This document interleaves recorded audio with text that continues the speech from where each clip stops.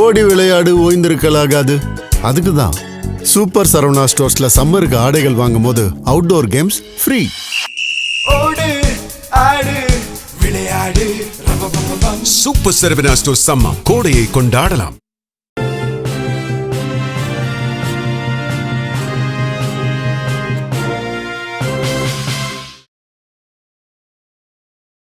வணக்கம். ஜம் செய்திகளுக்காக தமிழ் மொழி. இந்திய நேரப்படி காலை 8:30 மணி செய்திகள். முதலில் ஜம் தலைப்புச் செய்திகளை காணலாம். தமிழக சட்டப்பேரவையில் இன்று தாவேக அரசு மீதான நம்பிக்கை வாக்கெடுப்பு. பெரும்பான்மையை நிரூபிப்பாரா முதலமைச்சர் விஜய் என கட்சியினரிடையே பெரும் எதிர்பார்ப்பு. தமிழ்நாடு அரசும் அனைத்து கட்சிகளும் நீட் தேர்வுக்கு எதிரான குரலை ஓங்கி ஒலித்திட வேண்டும். எதிர்க்கட்சி தலைவர் உதயநிதி வலியுறுத்தல். அதிமுக கருடாவை மீறி வாக்களித்தால் கட்சி தாவல் தடை சட்டத்தின் கீழ் சட்டமன்ற உறுப்பினர்கள் பதவி பறிபோகும். நாடாளுமன்ற உறுப்பினர் இன்பதுரை எச்சரிக்கை. தங்கம், வெள்ளி மற்றும் பிளாட்டினம் மீதான இறக்குமதி வரி 10% உயர்வு. மத்திய அரசு அறிவிப்பு. IPL 20 ஓவர் கிரிக்கெட் தொடரின் 56வது போட்டி. ஐதராபாத் அணியை வீழ்த்தி குஜராத் அணி அபார வெற்றி. இனி விரிவான செய்திகளை காணலாம். தமிழக சட்டப்பேரவையில் இன்று தாவேக அரசு மீதான பெரும்பான்மையை நிரூபிக்க நம்பிக்கை வாக்கெடுப்பு நடைபெற உள்ளது. தமிழக சட்டப்பேரவை தேர்தல் வாக்கு எண்ணிக்கை முடிவுகளுக்கு பிறகு அதிக எண்ணிக்கையிலான 108 இடங்களை விஜய் தலைமையிலான தமிழக வெற்றிக் கழகம் கைப்பற்றியது. இதையடுத்து ஆட்சி அமைக்க 118 என்ற எண்ணிக்கை தேவை என்பதால் மற்ற கட்சிகளில் ஆதரவை தாவேக தலைவர் விஜய் நாடினார். இதன்படி காங்கிரஸ், மார்க்சிஸ்ட் கம்யூனிஸ்ட், இந்திய கம்யூனிஸ்ட், இந்திய யூனியன் முஸ்லீம் லீக் கட்சி, விடுதலை சிறுத்தைகள் ஆகிய கட்சிகளின் ஆதரவுடன் தாவேக ஆட்சி அமைக்க உரிமை கோரியது. இதைத் தொடர்ந்து முதலமைச்சராக விஜய் பதவியேற்றுக் கொண்டார். இவருடன் 9 அமைச்சர்கள் பொறுப்பேற்றனர். இதன் பின்னர் 17வது சட்டப்பேரவை கூட்டத்தொடர் கூடிய நிலையில் சட்டமன்ற உறுப்பினர்கள் பதவியேற்றனர். தொடர்ந்து சட்டப்பேரவை தலைவர் JCD பிரபாகரன், துணைத் தலைவர் ரவிசங்கர், கொறடாவாக சபரிநாதன் ஆகியோர் நியமிக்கப்பட்டனர். இந்நிலையில் நம்பிக்கை கோரும் வாக்கெடுப்பு நடத்தி சட்டப்பேரவையில் இன்று காலை 9:30 மணிக்கு முதலமைச்சர் விஜய் பெரும்பான்மையை நிரூபிக்க உள்ளார். இதில் அவையில் உள்ள உறுப்பினர்கள் கலந்து கொண்டு சரிபாதிக்கு மேல் வாக்களிக்க உள்ளனர். குரல் வாக்கெடுப்பு மூலமாகவோ அல்லது உறுப்பினர்களின் எண்ணிக்கை மூலமாகவோ வாக்கெடுப்பு நடத்தப்படலாம் என எதிர்பார்க்கப்படுகின்றது. தமிழ்நாடு அரசும் அனைத்து கட்சிகளும் நீட் தேர்வுக்கு எதிரான குரலை ஓங்கி ஒலித்திட வேண்டும் என்று எதிர்க்கட்சி தலைவர் உதயநிதி தெரிவித்துள்ளார். எதிர்க்கட்சி தலைவர் உதயநிதி தனது எக்ஸ் தள பக்கத்தில் நீட் தேர்வு என்பதே ஒரு மோசடி என்றும், இதை திராவிட முன்னேற்ற கழகம் தொடக்கம் முதலே சொல்லி வருவது மீண்டும் நிரூபணமாகியுள்ளது என்றும் தெரிவித்தார். நீட் குளறுபடிகள் ஆண்டுதோறும் தொடர்கதையாகிவிட்டன. இப்போது ராஜஸ்தானில் நீட் கேள்வித்தாள் முன்கூட்டியே வெளியானது தெரிந்ததால் இந்த ஆண்டுக்கான தேர்வையே மத்திய அரசு ரத்து செய்துள்ளதாக கூறினார். ஏழை எளிய பின்னணியில் இருந்து வரும் மாணவர்களின் கனவுகளை சிதைத்துக் கொண்டிருக்கும் நீட் தேர்வு நமக்கு வேண்டவே வேண்டாம் என்று திமுக அரசால் தமிழ்நாடு சட்டப்பேரவையில் நிறைவேற்றப்பட்ட மசோதாவுக்கு குடியரசுத் தலைவர் ஒப்புதல் தர மறுக்கிறார் என்று குற்றம் சாட்டினார். அந்த மசோதாவுக்கு கிடைக்கும் ஒப்புதல் தான் தமிழ்நாட்டு மாணவர்களின் எதிர்காலத்தை காப்பாற்றும், நீட் தேர்வுக்கு முற்றுப்புள்ளி வைக்கும் என்று கூறினார். எனவே தமிழ்நாடு அரசும் அனைத்து கட்சிகளும் நீட் தேர்வுக்கு எதிரான குரலை ஓங்கி ஒலித்திட வேண்டும் என்று தெரிவித்தார். அதிமுக கருடாவை மீறி வாக்களித்தால் கட்சி தாவல் தடை சட்டத்தின் கீழ் சட்டமன்ற உறுப்பினர்கள் பதவி பறிபோகும் என நாடாளுமன்ற உறுப்பினர் இன்பதுரை எச்சரிக்கை விடுத்துள்ளார். அதிமுக நாடாளுமன்ற உறுப்பினர் இன்பதுரை தமது சமூக வலைதள பக்கத்தில் செய்தி வெளியிட்டுள்ளார். அதில் சட்டமன்றத்தில் அரசு மீதான நம்பிக்கை வாக்கெடுப்பின் போது கட்சியின் அதிகாரப்பூர்வ கொறடா வழங்கும் உத்தரவை மீறி வாக்களித்தால் அது கட்சி தாவலாகவே கருதப்படும் என்றும் தெரிவித்தார்.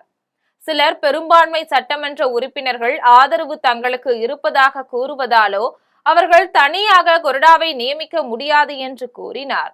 இதன்படி அதிமுக பொதுச் செயலாளர் எடப்பாடி பழனிசாமி நியமித்துள்ள கொறடா அக்ரி கிருஷ்ணமூர்த்தியின் உத்தரவே சட்டப்பூர்வமானது என்று தெரிவித்தார். தொடர்ந்து அதிமுகவின் அதிகாரப்பூர்வ கொறடா உத்தரவை மீறி செயல்படும் எந்த அதிமுக சட்டமன்ற உறுப்பினருக்கும் கட்சி தாவல் தடை சட்டத்தின் கீழ் தகுதி நீக்க நடவடிக்கை எடுக்கப்பட்டால் சட்டமன்ற உறுப்பினர்கள் பதவி பறிபோகும் என எச்சரிக்கை விடுத்துள்ளார். தங்கம், வெள்ளி மற்றும் பிளாட்டினம் மீதான இறக்குமதி வரியை மத்திய அரசு 10% உயர்த்தியுள்ளது. மத்திய கிழக்கில் போர் நிலவி வருவதால் பிரதமர் மோடி மக்கள் தங்கம் வாங்குவதை தவிர்க்குமாறு வேண்டுகோள் விடுத்தார். இந்த நிலையில் மத்திய அரசு தங்கம், வெள்ளி மற்றும் பிளாட்டினம் மீதான இறக்குமதி வரியை 10% உயர்த்தியுள்ளது. இதில் தங்கம், வெள்ளி மற்றும் பிளாட்டினம் மட்டுமின்றி நகைகளுக்கான உதிரி பாகங்கள் மற்றும் விலை மதிப்புள்ள உலோகங்கள் தொடர்பான தொழில்துறை இறக்குமதிகள் மீதான வரிகளும் உயர்த்தப்பட்டுள்ளன. குறிப்பாக தங்கம் மற்றும் வெள்ளி நகைகளில் உள்ள கொக்கிகள், பிணைப்புகள், பிடிப்பான்கள், ஊசிகள் மற்றும் திருகு பின்புறங்கள் போன்ற சிறிய பாகங்களுக்கு 5% சுங்க வரியும், பிளாட்டினம் பாகங்களுக்கு 5.4% வரியும் விதிக்கப்படும் என்று தெரிவித்துள்ளது. மேலும் இந்த உத்தரவு இன்று நள்ளிரவு முதல் அமலுக்கு வருகின்றது. IPL 20 ஓவர் கிரிக்கெட் தொடரின் 56வது போட்டியில் ஹைதராபாத் அணியை வீழ்த்தி குஜராத் அணி அபார வெற்றி பெற்றுள்ளது. அகமதாபாத்தில் உள்ள நரேந்திர மோடி மைதானத்தில் 19வது IPL 20 ஓவர் கிரிக்கெட் தொடரின் 56வது போட்டி நடைபெற்றது. இந்த போட்டியில் குஜராத் டைட்டன்ஸ் மற்றும் சன்ரைசர்ஸ் ஹைதராபாத் அணிகள் மோதின. டாஸ் வென்ற ஹைதராபாத் அணி முதலில் பந்துவீச்சை தேர்வு செய்தது. இதன்படி முதலில் பேட்டிங் செய்த குஜராத் அணி 20 ஓவர்களில் 5 விக்கெட் இழப்புக்கு 168 ரன்கள் எடுத்தது. இதில் சிறப்பாக விளையாடிய சாய் சுதர்ஷன் 61 ரன்களும், வாஷிங்டன் சுந்தர் 50 ரன்களும் எடுத்தனர். இதையடுத்து 169 ரன்கள் எடுத்தால் வெற்றி என்ற இலக்குடன் களமிறங்கிய ஹைதராபாத் அணி 14 ஓவர்களில் அனைத்து விக்கெட்டுகளையும் இழந்து 86 ரன்கள் மட்டுமே எடுத்தது. இதன் மூலம் குஜராத் அணி 82 ரன்கள் வித்தியாசத்தில் அபார வெற்றி பெற்றது. இந்தியாவில் பொதுத்துறை வங்கிகள் தொடர்ந்து 4ஆம் ஆண்டாக லாபம் ஈட்டியுள்ளன. கடந்த நிதியாண்டில் இதுவரை இல்லா வகையில் அதிகமாக 1,98,000 கோடி ரூபாய் நிகர லாபம் ஈட்டியுள்ளதாக நிதி அமைச்சகம் தெரிவித்துள்ளது. மத்திய அரசின் நிதியமைச்சகம் வெளியிட்டுள்ள செய்திக்குறிப்பில் 2025-2026 நிதியாண்டில் பொதுத்துறை வங்கிகளின் வணிகம் 283 லட்சம் கோடி ரூபாய் என்னும் அளவை எட்டியுள்ளதாக குறிப்பிட்டுள்ளது. இது முந்தைய ஆண்டில் இருந்ததை ஒப்பிடும்போது 12.8% வளர்ச்சியடைந்துள்ளது. 127 லட்சம் கோடி ரூபாய் கடன் வழங்கியுள்ளதாகவும், இது முந்தைய ஆண்டை விட 15.7% அதிகம் என்றும் குறிப்பிட்டுள்ளது. சில்லறை வணிகம், வேளாண்மை, சிறு குறு நடுத்தர தொழில் நிறுவனங்களுக்கு அதிக கடன் வழங்கியுள்ளதாகவும் குறிப்பிட்டுள்ளது. பொதுத்துறை வங்கிகளின் நிகர லாபமும் இதுவரை இல்லா வகையில் மிக அதிகமாக 1,98,000 கோடி ரூபாய் என்னும் அளவை தொட்டுள்ளதாக நிதியமைச்சகம் தெரிவித்துள்ளது. எந்த அரசாங்கமும் இவ்வளவு வெட்கமற்ற முறையில் செயல்பட்டதே இல்லை என்று காங்கிரஸ் தலைவர் குலாம் அகமது குற்றம் சாட்டியுள்ளார். மேற்கு வங்கத்தின் அரசியல் சூழல் குறித்து மக்களவை எதிர்க்கட்சித் தலைவரும் காங்கிரஸ் தலைவருமான ராகுல் காந்தி வெளியிட்டுள்ள அறிக்கை குறித்து டெல்லியில் காங்கிரஸ் தலைவர் குலாம் அகமது செய்தியாளர்களிடம் பேசினார். அப்போது பாஜகவின் உண்மை முகம் அம்பலமாகிவிட்டது என்றார். நேர்மையான முறையில் தேர்தலை நடத்தும் பொறுப்பு யாரிடம் ஒப்படைக்கப்பட்டதோ அவர்களே 27 லட்சம் வாக்காளர்களின் பெயர்களை நீக்கியுள்ளனர் என்று கூறினார். அதே தலைமை தேர்தல் அதிகாரி மேற்கு வங்கத்தின் தலைமை செயலாளராகவும், சிறப்பு வாக்காளர் பட்டியல் பார்வையாளர், முதலமைச்சரின் தலைமை ஆலோசகராகவும் நியமிக்கப்பட்டுள்ளனர். வேறு எந்த அரசாங்கமும் இவ்வளவு வெட்கமற்ற முறையில் செயல்பட்டதே இல்லை என்று குற்றம் சாட்டினார். அருப்புக்கோட்டை அமுதலிங்கேஸ்வரர் கோவில் அருகே பொதுமக்களுக்கு இடையூறாக செயல்பட்டு வரும் மதுபான விற்பனை கடையை மூட வேண்டும் என துணை ஆட்சியரிடம் விருதுநகர் மாவட்ட தாவேக இளைஞரணி அமைப்பாளர் சதீஷ்குமார் மனு அளித்தார். தமிழகத்தில் கோவில்கள், பள்ளிகள், மருத்துவமனைகள் அருகே பொதுமக்களுக்கு இடையூறாக உள்ள 717 மதுபான விற்பனை கடைகளை 2 வாரங்களுக்குள் மூடுமாறு தமிழ்நாடு முதலமைச்சர் ச ஜோசப் விஜய் உத்தரவிட்டுள்ளார். இந்நிலையில் விருதுநகர் மாவட்டம் அருப்புக்கோட்டை அமுதலிங்கேஸ்வரர் கோவில் அருகே பொதுமக்களுக்கு இடையூறாக செயல்பட்டு வரும் மதுபான சில்லறை விற்பனை கடையை மூட வேண்டும் என வலியுறுத்தி தமிழக வெற்றி கழகத்தின் நிர்வாகிகள் விருதுநகரில் துணை ஆட்சியரிடம் மனு அளித்தனர். மனு அளித்த பின்னர் தாவேகவின் விருதுநகர் மாவட்ட இளைஞரணி அமைப்பாளர் சதீஷ்குமார் செய்தியாளர்களை சந்தித்து பேசினார். அப்போது அமுதலிங்கேஸ்வரர் கோவில் அருகே உள்ள மதுபான கடை பொதுமக்களுக்கு இடையூறாக உள்ளது என்றும் இந்த மதுபான கடையை அகற்ற வேண்டும் என்றும் துணை ஆட்சியரிடம் மனு அளித்துள்ளோம் எனவும் உரிய நடவடிக்கை எடுப்பதாக உறுதியளித்துள்ளனர் எனவும் இளைஞரணி அமைப்பாளர் சதீஷ்குமார் தெரிவித்தார். அருப்புக்கோட்டை சட்டமன்ற தொகுதியில் உள்ள அமுதலிங்கேஸ்வரர் கோயில் அருகே இருக்கும் டாஸ்மாக் கடை வெகு ஆண்டுகளாக பொதுமக்களுக்கு இடையூறு இருப்பதால் அதை நீக்குமாறு மாவட்ட நிர்வாகத்திடம் மனு அளித்துள்ளோம். அதற்கு உரிய நடவடிக்கை எடுக்கப்படும் என்று ஒப்புதல் அளித்துள்ளார். ஏ சதீஷ்குமார், மாவட்ட இளைஞரணி அமைப்பாளர், விருதுநகர் மத்திய மாவட்டம். முறைகேடுகளுடன் நடக்கும் நீட் தேர்வை ரத்து செய்ய வேண்டும் என பல்சமய நல்லுறவு இயக்கம் வலியுறுத்தியுள்ளது. நீட் தேர்வு எனும் நவீன தீண்டாமையை ஒழிக்க வேண்டும் என்ற அடிப்படையில் தமிழ்நாடு பல்சமய நல்லுறவு இயக்கத்தின் சார்பாக பல்வேறு போராட்டங்கள் நடைபெற்றது குறிப்பிடத்தக்கது. இந்நிலையில் வட மாநிலங்களில் நீட் தேர்வு வினாத்தாள் தேர்வுக்கு முன்னதாக வெளியிடப்பட்டதாக முறைகேடு எழுந்துள்ளது.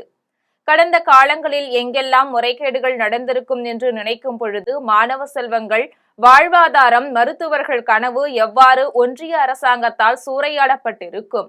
இதுபோன்ற முறைகேடுகளில் ஈடுபட்டுள்ள அனைத்து தரப்பினரையும் சட்டத்திற்கு உட்பட்டு தண்டிக்க வேண்டும். மேலும் முறைகேடுகளுடன் அரங்கேறும் இந்த நீட் தேர்வை உடனடியாக ரத்து செய்ய வேண்டும் என்று பல்சமய நல்லுறவு இயக்க தலைவர் ஹாஜி ஜே முகமது ரஃபி வலியுறுத்தியுள்ளார். இந்திய அரசாங்கம் ஒரு புதிய வருமான வரி சட்டத்தை அறிமுகப்படுத்தியது குறித்து வருமான வரித்துறையின் முதன்மை தலைமை ஆணையர் விவேக் வடேகர் கருத்து தெரிவித்துள்ளார்.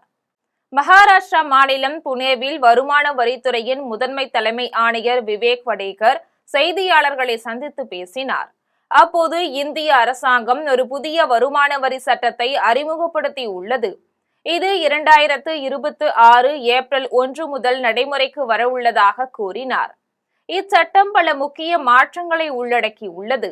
2026 மார்ச் 20 அன்று புதுடெல்லியில் உள்ள விக்யான் பவனில் நிதியமைச்சர் ஒரு நிகழ்வை தொடங்கி வைத்தார்.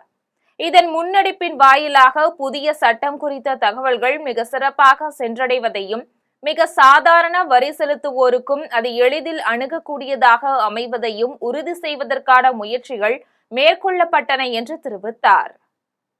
மாமல்லபுரம் அருகே அலைடு ஹெல்த் சயின்ஸ் கல்லூரியின் மாணவர் பேரமைப்பு மற்றும் நுண்கலை அமைப்பின் மூலம் விளையாட்டு நிறைவு விழா மற்றும் ஆண்டு விழா நடைபெற்றது. செங்கல்பட்டு மாவட்டம் மாமல்லபுரம் அடுத்த பையனூரில் இயங்கி வரும் தனியார் பல்கலைக்கழகத்தில் அலைடு ஹெல்த் சயின்ஸ் கல்லூரியின் மாணவர் பேரமைப்பு மற்றும் நுண்கலை அமைப்பின் மூலம் விளையாட்டு நிறைவு விழா மற்றும் ஆண்டு விழா நடைபெற்றது. கல்லூரியின் டீன் செந்தில்குமார் தலைமையில் நடைபெற்ற இவ்விழாவில் சிறப்பு அழைப்பாளராக மாமல்லபுரம் காவல்துறை துணை கண்காணிப்பாளர் அறிவழகன் கலந்து கொண்டு சிறப்புரையாற்றினார். இதைத் தொடர்ந்து கலை நிகழ்ச்சிகள் மற்றும் பல்வேறு விளையாட்டு போட்டிகளில் வெற்றி பெற்ற மாணவர்களுக்கு பதக்கம், பரிசுகள் மற்றும் சான்றிதழ்கள் வழங்கி கௌரவிக்கப்பட்டது.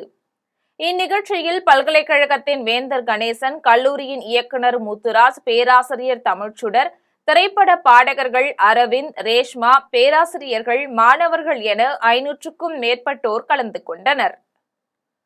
சென்னை போரூர் அடுத்த கோவூரில் செயல்படும் ஸ்ரீ கிருஷ் இன்டர்நேஷனல் பள்ளியில் நடைபெற்ற சதுரங்க போட்டியில் வெற்றி பெற்றவர்களுக்கு ரொக்க பரிசும் பரிசு கோப்பையுடன் சான்றிதழும் வழங்கப்பட்டது. சென்னை போரூர் அடுத்த கோவூரில் செயல்படும் ஸ்ரீ கிருஷ் இன்டர்நேஷனல் பள்ளியில் தேசிய அளவிலான சதுரங்க போட்டி நடைபெற்றது. கடந்த 4ஆம் தேதி முதல் நடைபெற்று வந்த போட்டியில் அமெரிக்கா, ஸ்ரீலங்கா மற்றும் இந்தியாவின் தமிழ்நாடு, கேரளா, கர்நாடகா, உத்தரப்பிரதேஷ், ஆந்திரா, பாண்டிச்சேரி உள்ளிட்ட பல்வேறு மாநிலங்களைச் சேர்ந்த 1000க்கும் மேற்பட்ட போட்டியாளர்கள் பங்கேற்றனர். கோடை காலத்தில் மாணவர்கள் தங்கள் நேரத்தை இதுபோன்ற விளையாட்டில் செலவழிக்க வேண்டும் என்ற நோக்கத்தில் நடைபெற்ற சதுரங்க போட்டியில் 5 வயது சிறுவர் முதல் 60 வயது முதியவர் வரை கலந்து கொண்டனர். ஸ்ரீ கிருஷ் இன்டர்நேஷனல் பள்ளி தலைவர் ஆர். கிருஷ்ணமூர்த்தி தலைமையில் நடைபெற்ற போட்டியை chess grand master Sundarrajan, Kidambi grand master Senthilmaran ஆகியோர் துவக்கி வைத்தனர். இதையடுத்து போட்டியில் வெற்றி பெற்ற வீரர்களுக்கு பரிசளிக்கும் நிகழ்ச்சி நடைபெற்றது. நிகழ்ச்சியில் காஞ்சிபுரம் மாவட்ட சதுரங்கம் விளையாட்டு சங்க தலைவர் அப்துல் ஹமீது, செயலாளர் ஜோதி பிரகாசம் உள்ளிட்டோர் கலந்து கொண்டு முதல் பரிசாக 1 லட்சமும், 2ஆம் பரிசாக 75,000 என 15 லட்சம் வரை ரொக்கமும் மற்றும் பரிசு கோப்பையுடன் சான்றிதழ்களையும் வழங்கி கௌரவித்தனர். காரைக்காலில் சர்வதேச செவிலியர் தினத்தையொட்டி அரசு மருத்துவமனை செவிலியர்கள் மெழுகுவர்த்தி ஏந்தி உறுதிமொழி ஏற்றுக்கொண்டனர். புதுச்சேரி மாநிலம் காரைக்கால் அரசு பொது மருத்துவமனையில் சர்வதேச செவிலியர் தினத்தையொட்டி புளோரன்ஸ் நைட்டிங்கேல் அம்மையர் அவர்களின் திருவுருவ படத்திற்கு குத்துவிளக்கு ஏற்றி அனுஷ்டிக்கப்பட்டது. இந்நிகழ்ச்சியில் மருத்துவமனையின் கண்காணிப்பாளர் உமா மகேஸ்வரி, மதர் தெரசா, அரசு செவிலியர் கல்லூரி முதல்வர் ஜெயபாரதி ஆகியோர் சிறப்பு விருந்தினராக கலந்து கொண்டனர். சர்வதேச செவிலியர் தின நிகழ்ச்சியில் அரசு மருத்துவமனையில் பணிபுரியும் 100க்கும் மேற்பட்ட செவிலியர்கள் கலந்து கொண்டு மெழுகுவர்த்தி ஏந்தி உறுதிமொழி ஏற்றுக்கொண்டனர். இதனையடுத்து சிறப்பாக செயல்படும் செவிலியர்களுக்கு சால்வை அணிவித்து விருதுகள் வழங்கப்பட்டது. மயிலாடுதுறை அருகே பெண் ஒருவர் உயிர்மாய்க்கம் செய்து கொண்ட சம்பவம் அப்பகுதியில் சோகத்தை ஏற்படுத்தியுள்ளது. மயிலாடுதுறை மாவட்டம் சரஸ்வதி விளாகம் கிராமத்தை சேர்ந்த சரண்யா என்பவரும் மாங்கனாம்பட்டு பகுதியை சேர்ந்த ஜோதிமாறன் என்பவரும் கடந்த 1.5 ஆண்டுகளுக்கு முன்பாக காதல் திருமணம் செய்துள்ளனர். இந்நிலையில் ஜோதிமாறன் உறவினர் வீட்டில் சரண்யா உயிர்மாய்க்கம் செய்ய முயன்றதாக கூறப்படுகின்றது. அருகில் இருந்தவர்கள் மீட்டு சீர்காழி அரசு மருத்துவமனைக்கு கொண்டு வந்தனர். பரிசோதித்த மருத்துவர்கள் அவர் ஏற்கனவே இறந்ததாக தெரிவித்துள்ளனர். இதனைத் தொடர்ந்து சரண்யாவின் உடல் சீர்காழி அரசு மருத்துவமனையில் உடற்கூராய்விற்காக வைக்கப்பட்டுள்ள நிலையில் சரண்யாவின் தந்தை ராஜேந்திரன் தனது மகள் இறப்பில் சந்தேகம் இருப்பதாக கூறி கொள்ளிடம் காவல் நிலையத்தில் தர்ணா போராட்டத்தில் ஈடுபட்டனர். அப்போது காவல் ஆய்வாளர் ராஜா இறப்பிற்கு சம்பந்தமான நபர்களை விரைவில் கைது செய்வதாக கூறியதன் பேரில் போராட்டத்தை கைவிட்டு சென்றனர். இச்சம்பவம் அப்பகுதியில் பெரும் சோகத்தை ஏற்படுத்தியுள்ளது. ரெகுநாதபுரம் அருகே மனைவி மீது கணவர் மண்ணெண்ணெய் ஊற்றி தீ வைத்து எரித்து உயிர்மாய்க்கம் செய்த சம்பவம் அப்பகுதியில் பரபரப்பை ஏற்படுத்தியுள்ளது. புதுக்கோட்டை மாவட்டம் ரெகுநாதபுரம் புதுவிடுதி தெற்கு தெரு பகுதியைச் சேர்ந்த முருகேசன் என்பவரும் அதே ஊரான ஆஷா என்பவரும் கடந்த 2022ஆம் ஆண்டு திருமணம் செய்து கொண்டனர். இந்நிலையில் வீட்டில் ஆஷா உடல் கருகிய நிலையில் இறந்து கிடந்துள்ளார். இறந்த பெண் ஆஷாவின் தாயார் மாரியம்மாள் தனது மகளின் இறப்பில் சந்தேகம் இருப்பதாக கூறி ரெகுநாதபுரம் காவல் நிலையத்தில் புகார் மனு அளித்திருந்தார். சந்தேகத்தின் அடிப்படையில் ஆஷாவின் கணவர் முருகேசனை காவல்துறையினர் பிடித்து விசாரணை மேற்கொண்டனர். இந்த விசாரணையில் முருகேசன் ஆஷாவின் கழுத்தை நெரித்து யாருக்கும் சந்தேகம் ஏற்படக்கூடாது என்பதற்காக முருகேசன் ஆஷாவின் மீது மண்ணெண்ணெய் ஊற்றி தீ வைத்து எரித்து உயிர் பறிப்பு செய்தது தெரிய வந்தது. இதைத் தொடர்ந்து போலீசார் முருகேசனை கைது செய்தனர். இச்சம்பவம் அப்பகுதியில் பெரும் பரபரப்பை ஏற்படுத்தியுள்ளது. வண்டலூர் மீஞ்சூர் வெளிவட்ட சாலையில் பழுதாகி நின்ற வாகனத்தின் மீது சரக்கு வண்டி மோதிய விபத்தில் வாகனத்தில் யாரும் இல்லாததால் பெரும் உயிர் சேதம் தவிர்க்கப்பட்டது. ஆந்திர மாநிலம் தடாவில் உள்ள தனியார் குளிர்பான தொழிற்சாலையிலிருந்து குளிர்பானங்களை சிற்றுந்தில் ஏற்றி சென்று கொண்டிருந்தது. அப்போது திடீரென சிற்றுந்தின் சக்கர உறை சேதமடைந்ததால் சாலையின் ஓரமாக நிறுத்தி வைக்கப்பட்டிருந்தது. இந்நிலையில் பெரிய அளவிலான இரும்பு பொருட்களை ஏற்றி வந்த சரக்கு வண்டி ஓட்டுநரின் கட்டுப்பாட்டை இழந்து சாலையோரம் நிறுத்தி வைக்கப்பட்டிருந்த சிற்றுந்து மீது மோதியது. இதில் சிற்றுந்து கவிழ்ந்தது. இதையடுத்து அந்த வழியாக சென்ற வாகன ஓட்டிகள் விபத்தில் சிக்கிய ஓட்டுநரை மீட்டனர். இந்த சம்பவம் குறித்து ஆவடி போக்குவரத்து புலனாய்வு பிரிவு காவல்துறையினர் சம்பவ இடத்திற்கு விரைந்து வந்து விபத்தில் சிக்கிய வாகனங்களை அப்புறப்படுத்தும் பணியில் ஈடுபட்டனர்.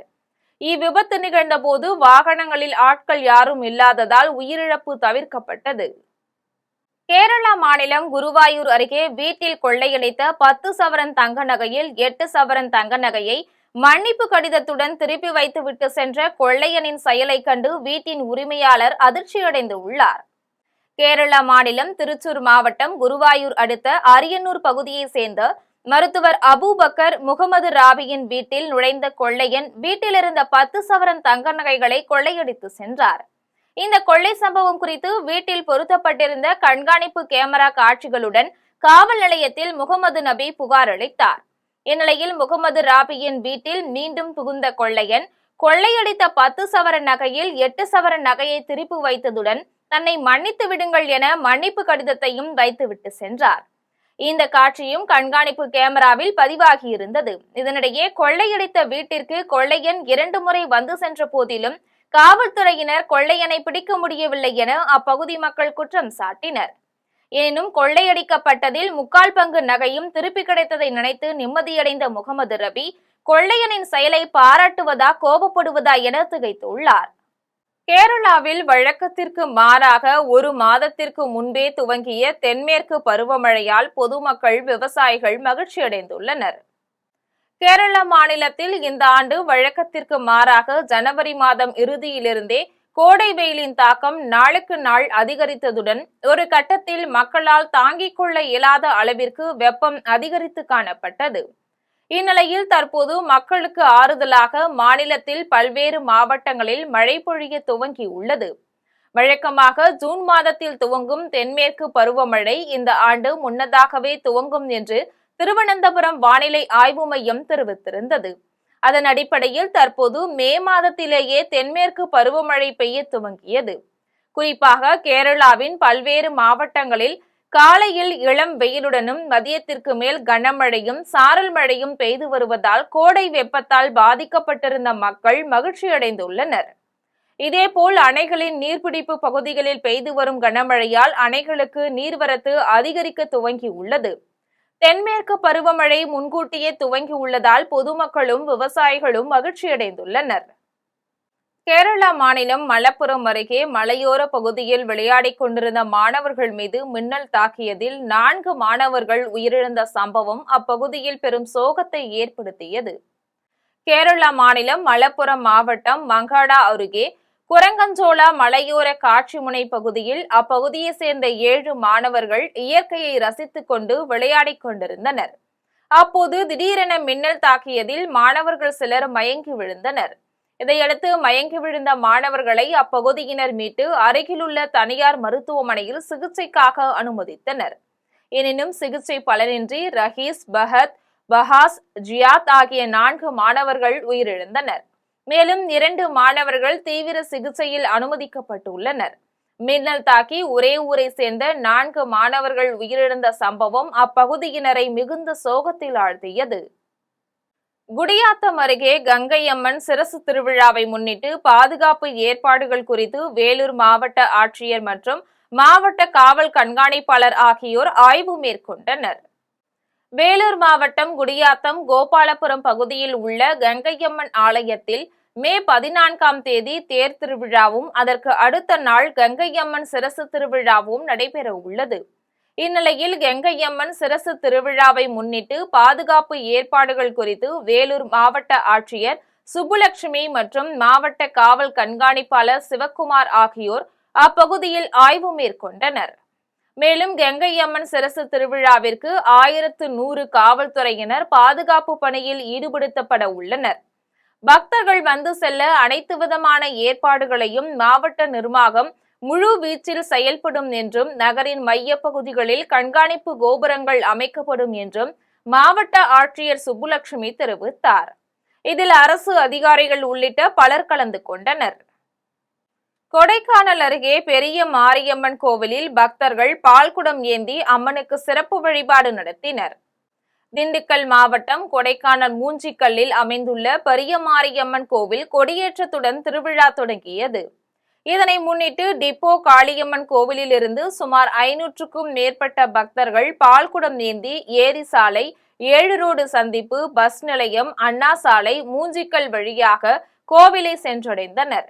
அதன் பின் பக்தர்கள் ஏந்தி வந்த பாலால் அம்மனுக்கு சிறப்பு அலங்காரம் செய்யப்பட்டு அம்மன் பக்தர்களுக்கு காட்சியளித்தார். இறுதியில் கோவிலில் பக்தர்களுக்கு சிறப்பு அன்னதானம் வழங்கப்பட்டது. இவ்விழாவில் ஏராளமான பக்தர்கள் மற்றும் பொதுமக்கள் கலந்து கொண்டு சாமி தரிசனம் செய்தனர். மீண்டும் தலைப்புச் செய்திகள். தமிழக சட்டப்பேரவையில் இன்று தாவேக அரசு மீதான நம்பிக்கை வாக்கெடுப்பு. பெரும்பான்மையை நிரூபிப்பாரா முதலமைச்சர் விஜய் என கட்சியினரிடையே பெரும் எதிர்பார்ப்பு. தமிழ்நாடு அரசும் அனைத்து கட்சிகளும் நீட் தேர்வுக்கு எதிரான குரலை ஓங்கி ஒலித்திட வேண்டும். எதிர்க்கட்சி தலைவர் உதயநிதி வலியுறுத்தல். அதிமுக கருடாவை மீறி வாக்களித்தால் கட்சி தாவல் தடை சட்டத்தின் கீழ் சட்டமன்ற உறுப்பினர்கள் பதவி பறிபோகும். நாடாளுமன்ற உறுப்பினர் இன்பதுரை எச்சரிக்கை. தங்கம், வெள்ளி மற்றும் பிளாட்டினம் மீதான இறக்குமதி வரி 10% உயர்வு. மத்திய அரசு அறிவிப்பு. IPL 20 ஓவர் கிரிக்கெட் தொடரின் 56வது போட்டி. ஐதராபாத் அணியை வீழ்த்தி குஜராத் அணி அபார வெற்றி. இத்துடன் ஜெம் செய்திகள் நிறைவடைகின்றன. மீண்டும் ஜெம் செய்திகள் மதியம் 1:30 மணிக்கு. உடனுக்குடன் செய்திகளை காண gemlive.tv என்ற இணையதளத்தில் இணைந்திருங்கள். நன்றி, வணக்கம்.